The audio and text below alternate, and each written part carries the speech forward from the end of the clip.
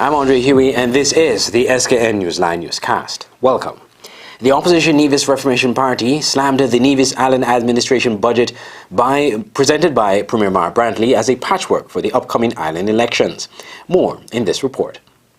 A patchwork budget for the upcoming island election. That is how the Nevis Reformation Party representative in the Nevis Island Assembly, Cleone Stapleton Simmons, described the over $200 million budget presented by the Island Finance Minister, Premier Mark Brantley, on Tuesday.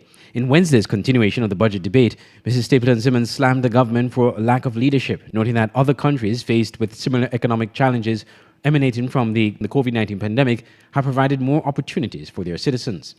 Time and time again, the constant failure of this administration to lead on strength, to lead without excuses, to create jobs, to diversify, to provide the means by which our people can live sustainable lives. Mr. President, we all here in the Caribbean region and throughout the world, we know the challenges of the pandemic. But those challenges must not be seen as an excuse. Rather, Mr. President, they must be seen as an opportunity to shift gears, an opportunity to rebuild. The NRP representative said the budget falls short in addressing economic needs of the people of Nevis. Mr. President, our people expect infrastructure development at some level. Our people expect houses. Our people expect roads that are dilapidated to be repaired. But, Mr. President, our people also expect projects. Our people also expect for other means of income, revenue-generated income. Our people expect advancement in tourism. Our people, Nevisians, similar to Kittians, expect new hotels. Our people would like to see a Ramada here in Nevis. Our people would love to see the completion of the seaport there at Owali Bay. Mrs. Stapleton Simmons blamed the government for lack of leadership to address issues in healthcare, energy, and tourism sectors. The debate continued on Wednesday with contributions from other members of the Nevis Island Assembly. Premier Brantley delivered the 2022 budget address on Tuesday, outlining a $229 million budget for the delivery of the government's programs, plans, and policies for the upcoming fiscal year. I'm Andre Huey for Skn Newsline. Important developmental work continues to take place at Port Zante and at the Strip in Frigate Bay to further enhance the leisure experience for residents and visitors. Skn Newsline's Glenn Bart has the details. Work has started on Port Zante to better link Pier 2 to the arrivals hall near Pier 1, said Minister of Tourism Lindsay Grant as he updated the media on several projects. According to the minister, the work should have started since last year, but the COVID-19 pandemic put a halt to the start of construction. Yes. Well, we are getting ready, preparing ourselves to build just beyond the barricade there.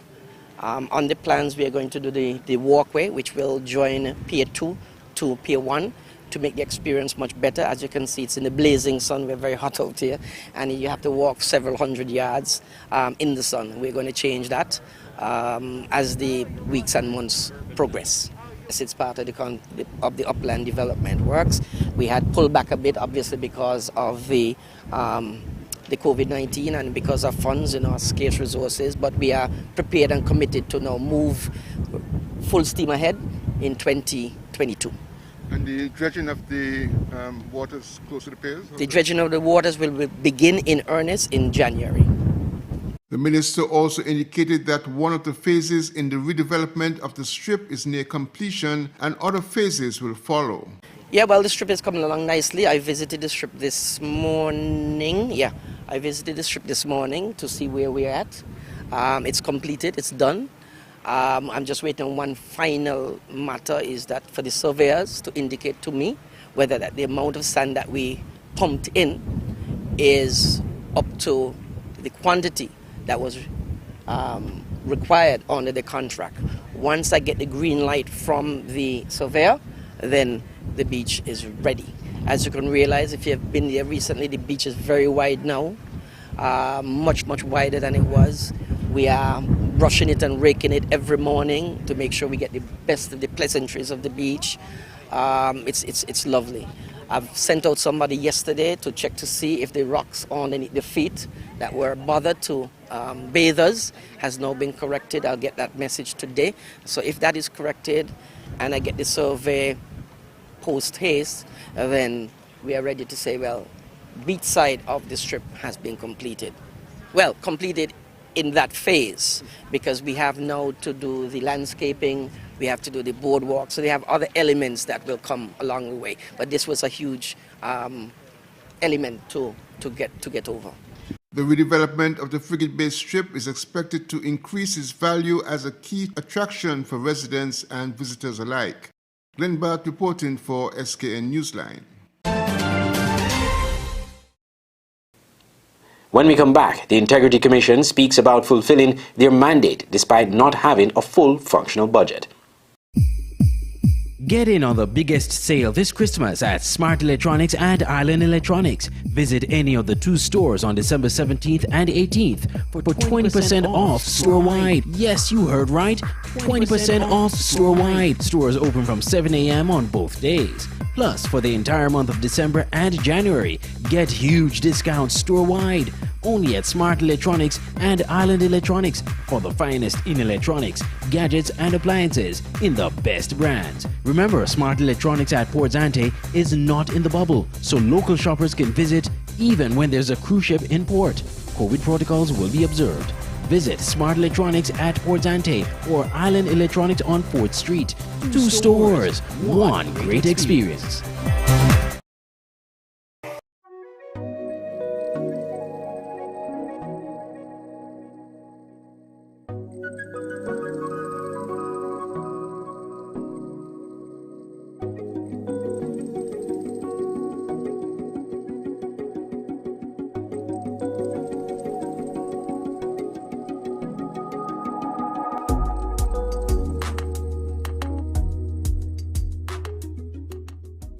If you need effective advertising at affordable prices, you need to advertise with Skn Newsline. We offer a wide range of services: TV advertising, video ad production, social media marketing and management, WhatsApp marketing, digital marketing, and much more. We offer a comprehensive marketing package to suit your budget. Call our advertising department at 665-7456, 661-2008, or 663-8887. Get your message out on our newscast on the cable channel 95 and or online networks. Weekdays at 7 p.m. Skn Newsline. Marketing made easy.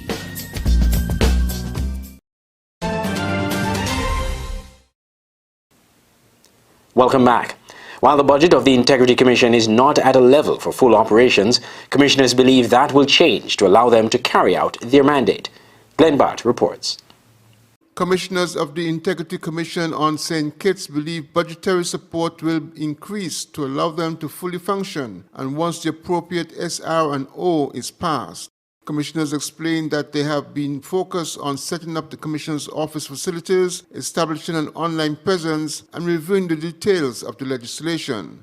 According to the Commission, they are ready to take on their core responsibilities but await the passing of an SR&O. Commissioners Dennis Freddie Knight and Carol Body indicated their positions on the matter. At this moment, for instance, because we are not at the point yet where we're able to accept declarations and so on, we haven't hired the investigative skills and so on yet, because there's no point having somebody right now sit down in the office and there's nothing there to do. Obviously, once that happens and we have the declarations coming in, we're going to need those kinds of skills, and we expect to get the budget. While we are waiting for the SR&O, we are actively working to position ourselves to be ready to get out of the starting block in terms of our declaration as soon as that is published. And that's where the public, again, your right, your role, you kind of pressure your parliamentarian. That's what you can do. We can only work once Parliament has done what needs to be done. We are willing, we are ready to work, but in the absence of the SRNO, we cannot receive any declarations. However, we also have a mandate to receive complaints that are credible, not frivolous. During 2022, commissioners indicate they will focus on sensitizing stakeholders and the general public about the critical aspects of the integrity in public life legislation. Glenn Barth reporting for Skn Newsline. The manufacturing division of the Chamber of Industry and Commerce will be hosting its annual luncheon on Thursday, where developments within the sector will be highlighted. More in this report. The manufacturing sector in St. Kitts and Nevis is rebounding from the ravages of the COVID-19 pandemic, says Chairman of the Manufacturing Division of the Chamber of Industry and Commerce, Mr. Desroy Tate. The Manufacturing Division will be hosting its annual awards luncheon on Thursday at Marshall's Restaurant, where a number of its workers will be honored for sterling service over the years. Skn Newsline spoke to Mr. Tate about some of the developments within the manufacturing sector in recent times. We managed to make some inroads in terms of, with the assistance from the Chamber, in terms of reaching out to our members to ensure that we could continue the production. So we have, based on the assistance from the Chamber and the government, we were able to get special dispensation to continue with some aspect of our operations, because there are some critical and essential functions that are performed in the sector here. For example, at Horror Server, you may be aware that a critical component that is used in the ventilators that were very important in the fight against COVID is actually manufactured here in St. Kitts. So we had to be able to continue our operation to supply these key components in the process that we are able to save lives. Also, the factory, that's Horror Server, they were recognized by the U.S. government for the sterling contribution in the overall fight. So that is on one end in terms of what we would have done. About the luncheon, Mr. Tate highlighted the importance of recognizing the contribution of its workers within the manufacturing sector. As you are aware, we have the manufacturing sector as a part of the St. Kitts and Nevis Chamber of Industry and Commerce. We have a total of 13 members, and we started as being a division within the St. Kitts Nevis Chamber of Industry and Commerce in 1998. And over the years, we have tried to recognize, to reward our employees, because we understand the importance of this recognition for our employees. We have employees who have dedicated their entire lives to manufacturing here in St. Kitts, employees who are here for over 40 years, 50 years working in manufacturing. They join some of these companies and they spend the entire life.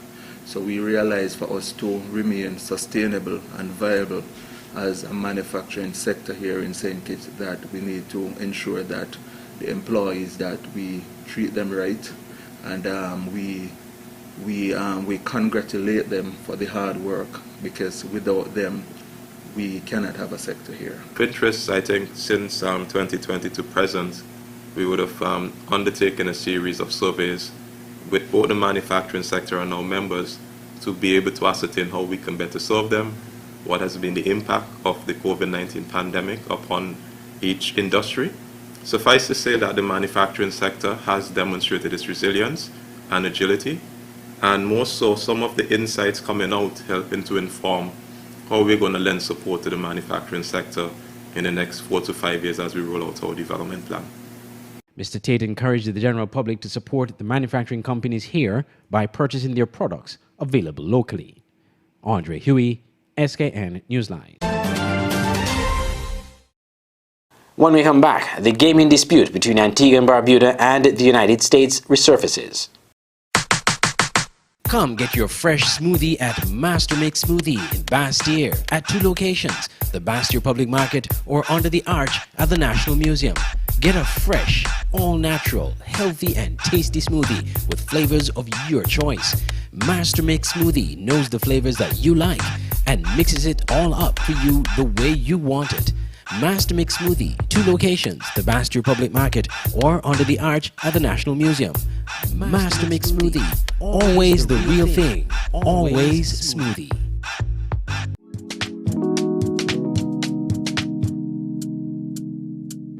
Want to buy some fresh fruits, vegetables, or ground provision, but don't have the time to go to the market or even to find parking? Look no further. Green Market and Delivery is your solution. Green Market and Delivery is an e-commerce store that sells and delivers local produce to customers in St. Kitts and Nevis. Anything you purchase, you can get fresh from the market and delivered directly to your door. Log on to www.greenmarketskn.com. Click on the e-store link, choose your items, and shop away. We have a wide array of products from fruits, vegetables, local products, spices and seasonings, and much more. Save time and energy. Shop on greenmarketskn.com, your one-stop shop for fresh local produce.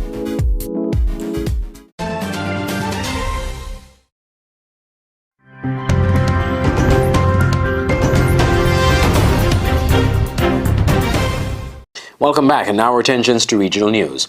The online gaming row between the United States and Antigua and Barbuda has resurfaced. Prime Minister Gaston Brown has revealed his administration is to make a revised offer to the United States for payment of compensation in the long-running dispute over online gaming. The revelation comes as the government seeks to resolve an issue which has been festering for some 16 years now. More from ABS TV. It's been 16 years since the World Trade Organization's award in favor of this country, and Washington has not budged an inch in paying. Now, Antigua and Barbuda is set to make a major move to secure a resolution. The government signaled its intention during the recent visit of the U.S. Ambassador Linda Tagliatella, as well as another official of the U.S. State Department. We would have indicated to them that, we will extend a new offer in the new year.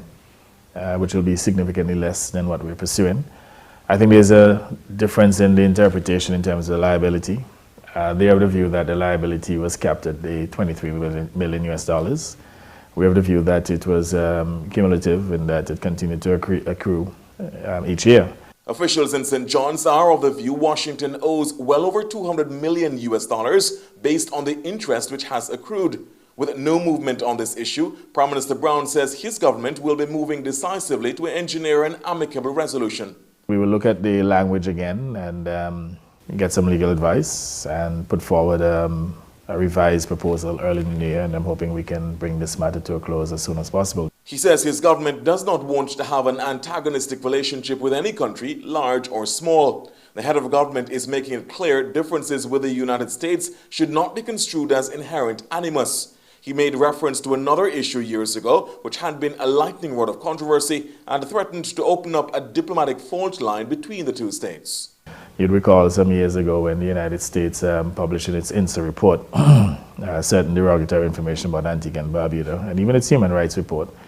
We publicly defended Antigua and Barbuda. We have an obligation so to do. And as we said to the United States, even though they may have been offended by the fact that there was a pushback, they have to understand that we can't just sit back and allow them to inadvertently damage the image of the country using false information. But again, there's never any sustaining hostility, just a matter of differences that, over time will always resolve themselves.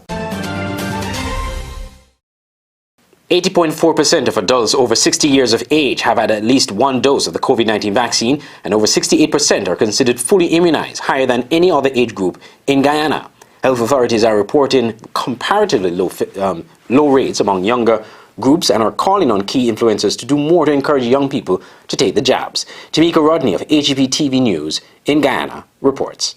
Leading the country with the highest COVID-19 vaccination rate are seniors from the over 60 age range, while proudly boasting of the more than 68% of older adults that have been fully vaccinated to date. Health Minister Dr. Frank Anthony, during his COVID-19 update on Tuesday, noted that there is still need for increased vaccination rates among the younger age groups. He pointed out that the 40 to 59 age group has retained the position for the second highest vaccination uptake. To date, 78.8% of people within this age category have been partially vaccinated, while over 60% have been administered first and second doses of the jabs. The minister added that the reluctance among young adults to access the COVID-19 jabs has resulted in relatively low vaccination rates.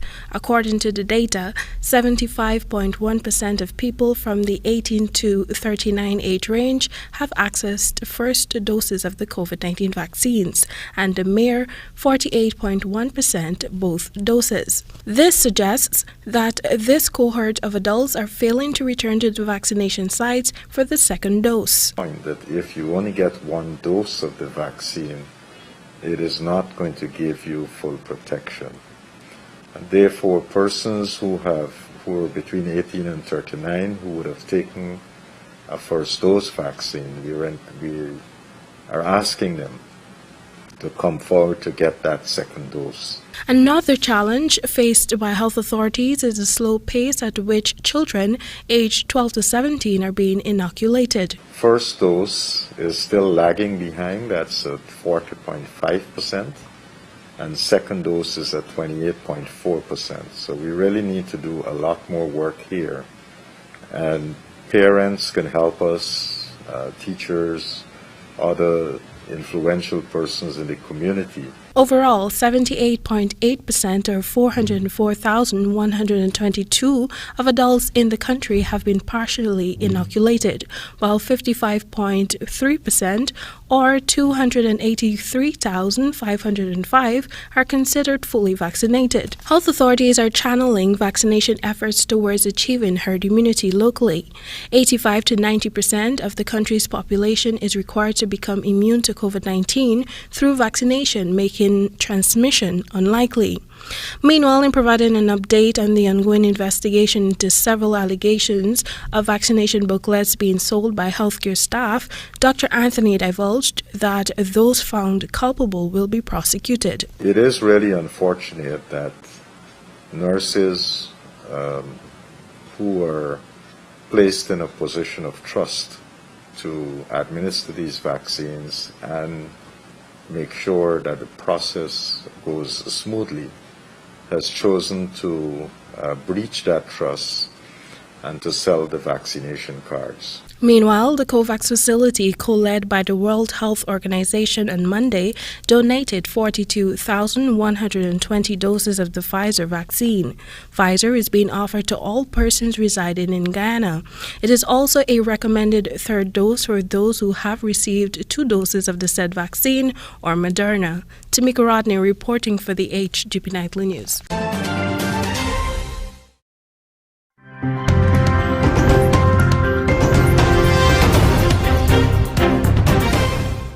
Internationally, drug makers BioNTech and Pfizer say a 3-shot course of their coronavirus vaccine is effective against the newly discovered Omicron variant. BioNTech has also announced that they could have a new Omicron-specific vaccine by March 2022. Earlier, the World Health Organization said there is no reason to expect that the existing vaccines against the coronavirus will fail against the Omicron variant. DW News reports. Do we know just how well vaccines protect against this latest variant? I think we have to separate different aspects here. One is when we think of the pandemic and how to manage it, it's all about whether it protects against infections. And the data that we got from a lot of scientists that work day and night on this today are lab data, so they deal with how well this can be neutralized, but it really doesn't answer us whether it protects against infection. Overall, it looks like infection will not be prevented by vaccination. There's enough of these case reports coming in now. We see increasing numbers all over the place. But indeed, it looks like vaccination might help against severe disease. And there, it's really a question of whether the glass is half empty or half full. So BioNTech and Moderna are pointing out that indeed 3 vaccinations, the booster, works much better than 2. But, they still work. But in many cases, 2 vaccinations just don't work, as, for example, Sandra Zizek showed today. Now, vaccine maker BioNTech say they are developing Omicron-specific boosters. Will vaccines have to be altered every time that there is a new variant on the scene? And was this an expected development? Well, there was quite a bit of criticism, actually, that they did not already adapt their vaccines to Delta. And we now see that, in fact, it might have been premature to take that decision because it takes months. And now we have a variant where we probably will have to adopt it. We cannot adopt the booster to every new variant. But if there is a major change like the one we see now, then for sure this will be required because we really see massive drop in immunity.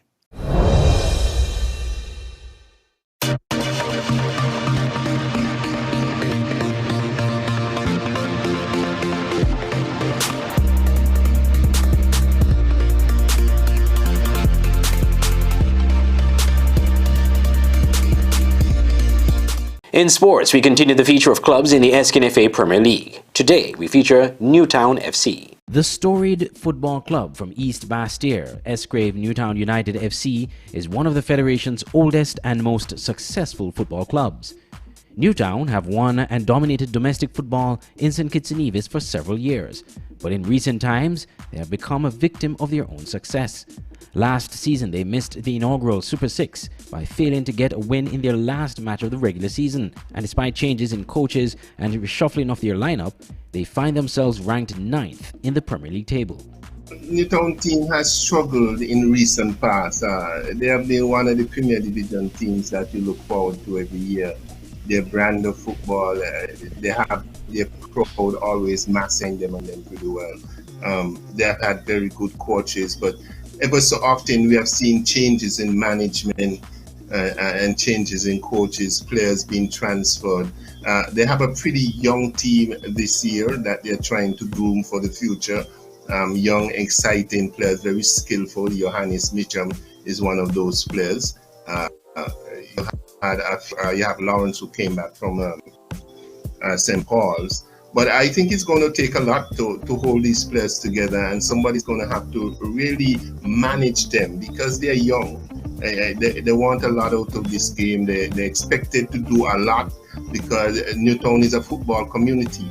Coming out to the primary school, they're going up to high school. You have always heard about Newtown. Without Newtown in the playoffs, you don't feel like you're having a playoffs. In the middle of this season, however, the team changed coaches and returned to former player Earl Jones, and it seems his presence is sparking optimism within the club. Well, I wouldn't say I do much differently. I just put a little more energy in the guys. I mean, the guys, you could see technically we are a really good team, but I believe some of us, we still got to work the mental part of the game, and I could see it's a mental lapse out there tonight, and that's how we go sometimes. I mean, it's tough. It's tough for me, I must say. I'm coming right in the midst of it. But we're down tonight, but we are not out. Newtown has 14 points after 14 matches and is still some ways off a playoff spot. There have been calls for the club to rebuild, but the team of Newtown's stature may not have enough time or room to rebuild. They want to be in a position to win trophies right away. That is the Newtown way.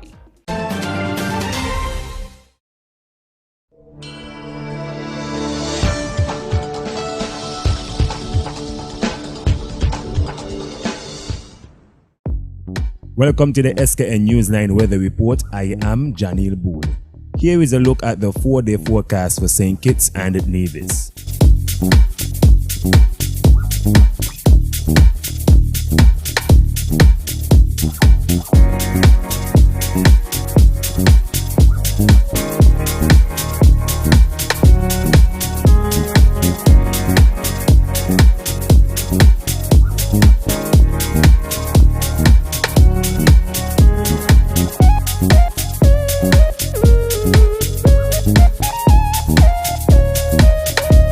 more detailed weather report, visit our website at www.sknnewsline.com.